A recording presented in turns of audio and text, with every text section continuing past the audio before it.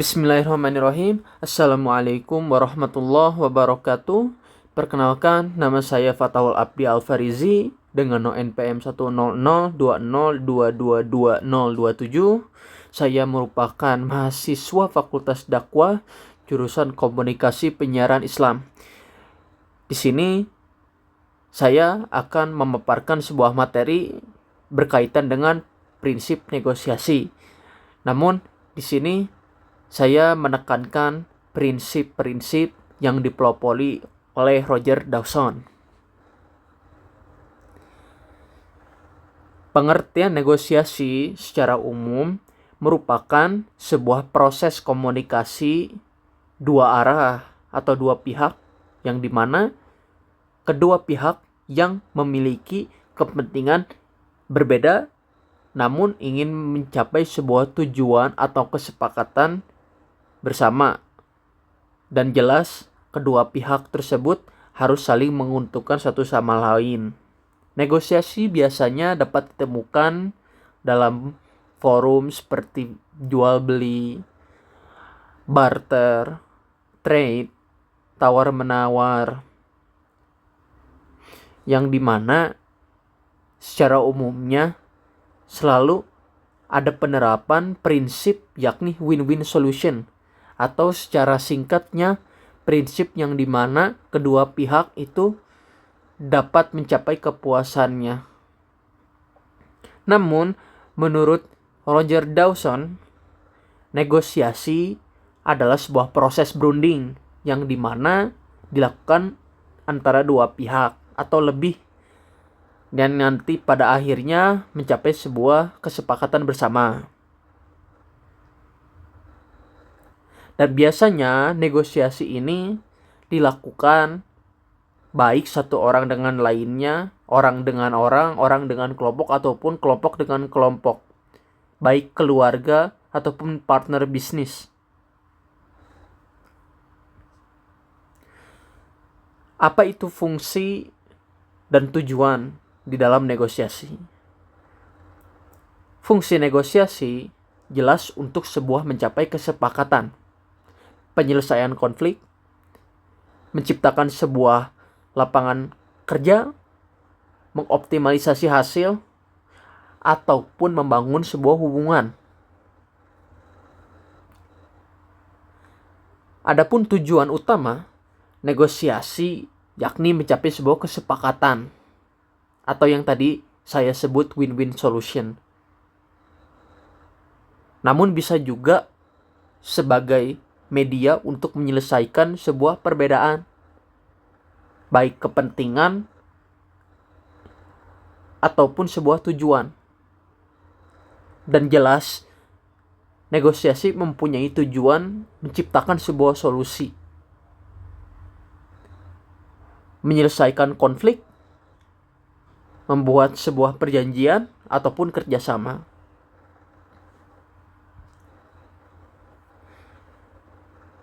Lalu ada prinsip negosiasi. Secara umum, negosiasi mempunyai sebuah prinsip yang dimana biasanya negosiasi itu memisahkan antara orang dan masalah. Mengapa? Agar dapat fokus terhadap kepentingan atau fokus terhadap masalah yang harus diselesaikan. Mengapa bukan orang? Karena untuk menghindari posisi jika negosiasi hanya fokus terhadap posisi bukan kepada kepentingan, maka yang ada tidak akan tercapainya sebuah kesepakatan. Lalu menciptakan sebuah pilihan yang nanti pada akhirnya setidaknya menguntungkan kita bersama. Lalu harus bersikap objektif. Dan dalam prinsip negosiasi secara umumnya biasanya ada penerapan batna. Apa itu batna? Yaitu bangun hubungan positif dengan kejujuran, dan saling menghargai serta mengelola emosi agar tetap fokus pada tujuan.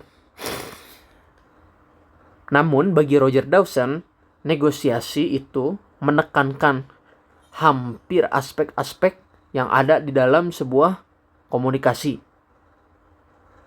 yang dimana pihak yang paling sedikit membutuhkan kesepakatan itu memiliki posisi tawar yang kuat. Dan pada akhirnya negosiator harus memulai dengan penawaran yang tinggi namun rasional. Ada juga sebuah negosiasi yang dimana tidak pernah secara langsung menerima penawaran pertama. Dan sudah pasti reaksi psikologis, contohnya seperti flinch, itu sangat bermanfaat dalam mencapai sebuah kesepakatan atau mencapai negosiasi. Lalu menukar sebuah konsekuensi dengan imbal balik, menghindari pembagian selisih secara otomatis, atau menjaga sebuah kesan win-win solution terlihat seperti hubungan jangka panjang, yang dimana kesiapan untuk berjalan dalam negosiasi, walk away, itu biasa digunakan agar dapat mencapai sebuah negosiasi juga. Secara lengkapnya, ada setidaknya 10 prinsip negosiasi yang dipelopori oleh Roger Dawson. Yang pertama, everything is negotiable. Dawson menegaskan hampir semua hal dapat dinegosiasikan. Harga, syarat, waktu, kerjasama. Jika ada asumsi bahwasannya tidak bisa ditawar, itu termasuk bagian dari batasan psikologis. Lalu yang kedua, the person with the least interest has the most power. Pihak yang terlihat paling tidak membutuhkan kesepakatan biasanya memiliki posisi tawar yang kuat. Adanya sebuah tekanan emosi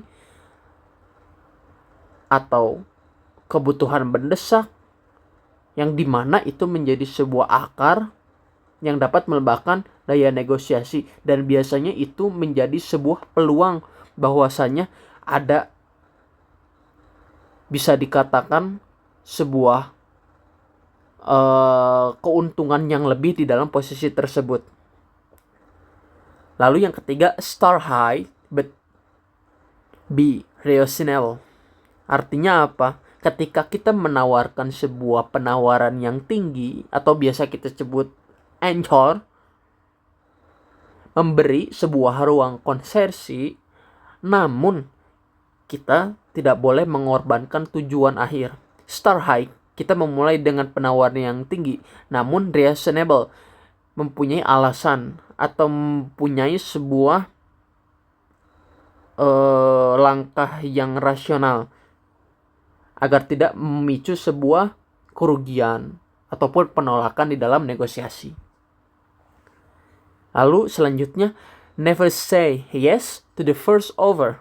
Ketika kita melakukan sebuah negosiasi, kita jangan pernah memberi sebuah sinyal atau jangan pernah memberi sebuah reaksi positif yes atau ya di awal.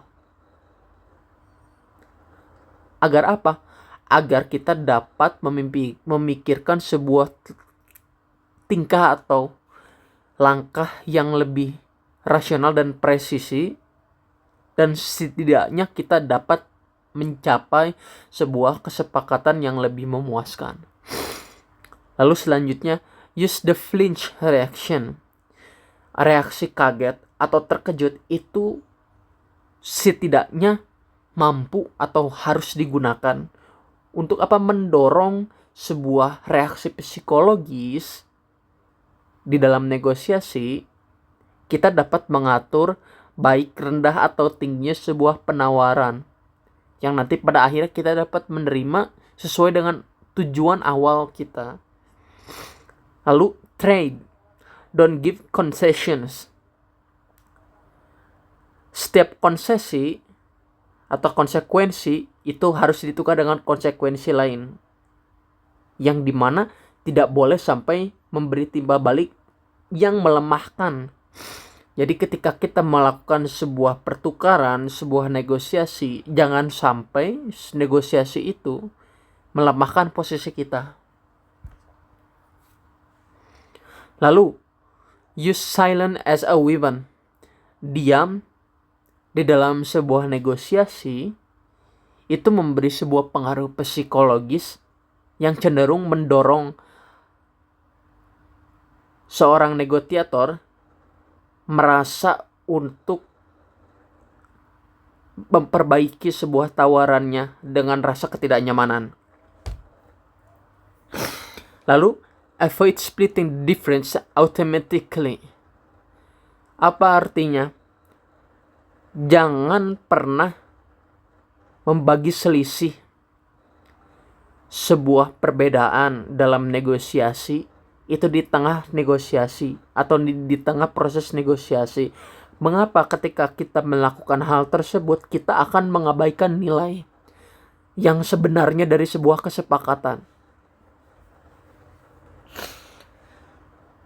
Lalu selanjutnya, maintain win-win approach. Kita harus dapat mengatur atau kita harus dapat melihat sebuah alur negosiasi agar win-win atau kesepakatan yang menguntungkan kedua pihak itu dapat muncul.